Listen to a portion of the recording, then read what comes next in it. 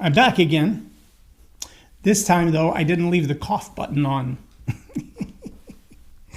Yeah, that was pretty sad. I did that whole live video for what, 5, 10, 12, 47? I don't know how many minutes it was. I'm sure it will tell me in a minute, but I did it with the microphone off.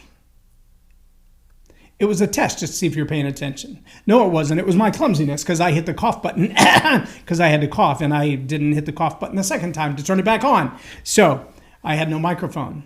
But here was the question that I was asked, and I think it's an important question for anybody who uses stories in communication. And if you don't use stories in communication, now's a really good time to start.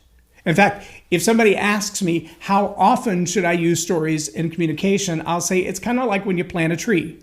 The best time to plant a tree is 20 years ago. If you're not already doing it, it's too late. But the second best time to plant a tree is right now. The second best time to use stories in your communication is right now. Here's the question. How do I know what story to use? How do I know what story to use? That's a really good question. Because some people have like the elevator pitch. It's exactly the same little box of story every single time. It always sounds exactly the same. They always answer every question exactly the same. You could ask them what color the sun is, and the answer is still about their product or service. They're always going to come back to that thing because once they've memorized their elevator pitch, they assume, regardless of what the audience is, regardless of who the potential customer is in front of me, if I just present my product and service clearly, they will either choose to do business with me or they will not. And if they don't, then they probably weren't for me anyway. Maybe not completely untrue. And perhaps if you want to niche down your audience so that the only people who actually do business with you are the ones who identify themselves in your elevator pitch, then I guess that's good.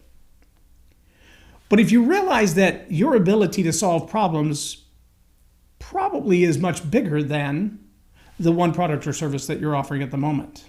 In fact, there are probably people that you have helped in different ways over time. And at some point, you may have to decide, I'm all about profitability. If this isn't going to make me money, I can't waste time doing it. But most of us, with the heart to help, I call them servant leaders, people who genuinely want to see someone else's life get better. We've got to be able to solve a multiplicity of problems. We've got to be able to solve problems for people that we don't know well, people who may not even understand what their problem is.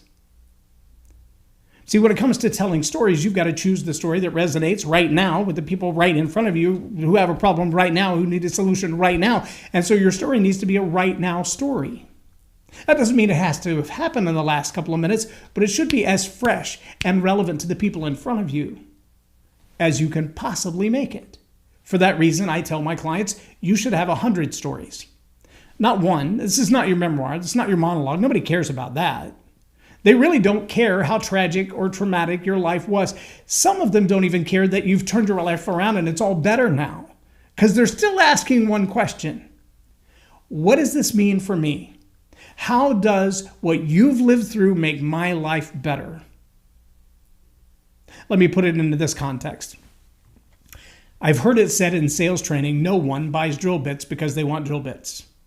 I mean, it's not like painting or old stamps or certain coins where you buy them because you're collecting them. And so the whole purpose of buying them is to have them.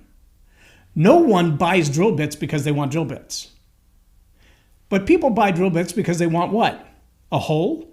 No, not really. They want what having that hole in the place that they're going to drill it will actually do for them. I recently realized that my shower was spitting a whole lot of water onto the tile floor in our bathroom.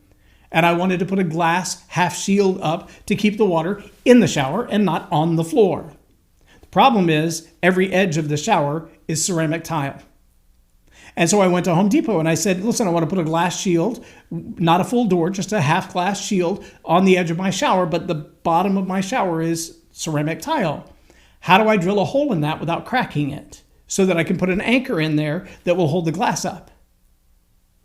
And an aha moment appeared in the face of the guy who worked at Home Depot. And he walked me straight over to a $17 drill. One drill bit, almost $20. I did not want a $20 drill bit when I went into Home Depot. That was not my objective. I don't collect $20 drill bits, but I bought one.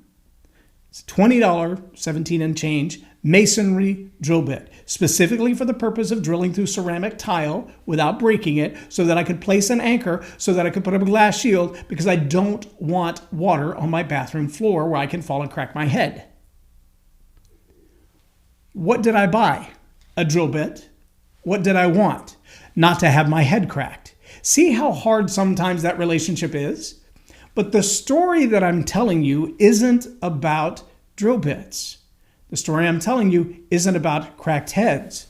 The story that I'm telling you is a story that helps you to understand sometimes the solution you need doesn't look just like the problem you've identified. It takes steps to get there. It's a customer journey. Your story should also be a customer journey. But the biggest important thing that you've got to recognize about that story is that the person hearing you tell that story, they have to be able to identify themselves in that story. Think back to the number of people who've seen a Wheaties box or an ad on a billboard, or the faces on the side of a building, and say, these are the kind of people who frequent this building, go to this country club, drive this kind of car, et cetera, et cetera, et cetera. And how many people look at that same thing and they think to themselves, I don't see myself in that picture. Does that mean that car, that place, that building, that food, that's not for me? Because it doesn't relate to me. It doesn't seem relevant to me. If you're going to choose a story in the moment to provide a right now solution for a right now problem to a right now audience, you should have the ability to tell a story that looks like they're in it. Even if it's only emotionally.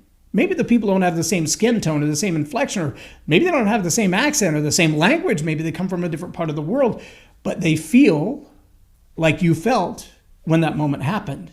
When you went through that trauma, they know what that trauma felt like. When they experienced that drama, you know what that drama felt like. But you found a solution to that problem, and that's what they need from you. They need to know, how do I not crack my head on the tile? Well, you need to put up some kind of protective device. Right, but it's tile. How do I put a hole in that? Well, you got to buy a special kind of drill bit. Well, where do you get that special kind of drill bit? Well, I went to Home Depot, and the guy knew what kind of drill bit I needed to drill through ceramic tile. I don't buy drill bits because I like drill bits. I don't tell stories just because I like to tell stories, although I do like to tell stories.